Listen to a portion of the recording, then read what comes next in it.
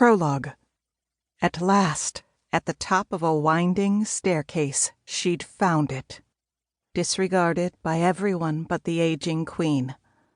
How could she ever forget the trouble it had caused her? The mirror. A fine coating of dust dulled its finish and made it look deceptively old and harmless.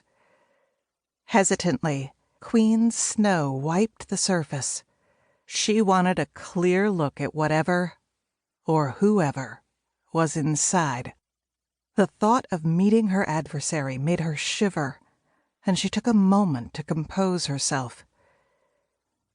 She set her lantern on a nearby table and stood in front of the mirror, arms loose at her side.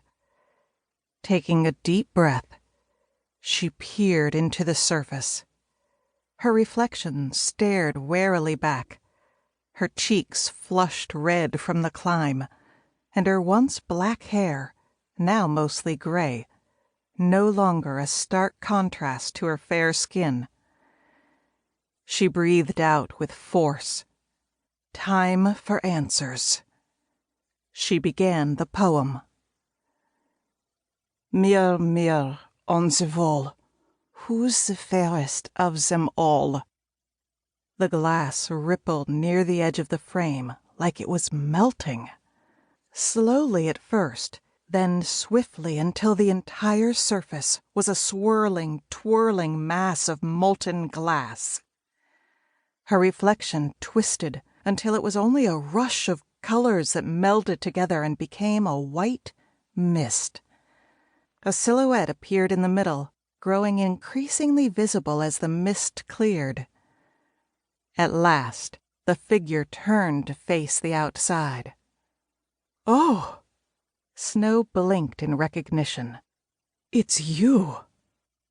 Chapter 1. Wilhelmina Bergmann lay in a patch of shade too close to a prickly pear cactus for her liking. Arms spread wide, she aired out her armpits in a decidedly unladylike fashion. Truth be told, this wasn't the only thing she'd done in the last 24 hours that would shock her friends back in Boston. She closed her eyes against the bright sun, bemoaning for the 100th time her black crepe shirtwaist and long skirt. But she was in deep mourning, and thanks to Queen Victoria, God rest her soul, this was what fashionable women wore when in mourning. Her uncle splashed in the small creek not 20 yards from her. As he swirled his pan, the sound of rocks scraping on tin rose above the gurgle of water. She prayed he would find gold soon, so they could move on. "Water feels great," Uncle Dale called. "Grab a tin and join me." Billy opened one eye and squinted in his direction. Wet up to his knees, with his sleeves rolled up to his elbows, his exposed skin paled from the cold water.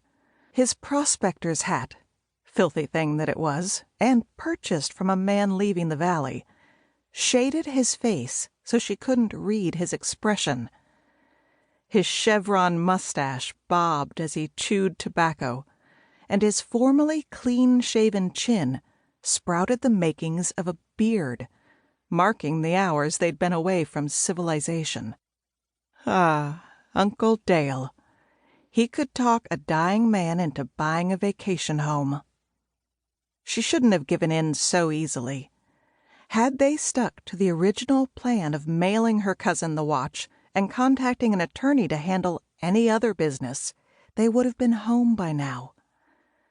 She didn't understand his quick change of mind, but after spending a day holed up in Daddy's home office, he was adamant that they travel through Bisbee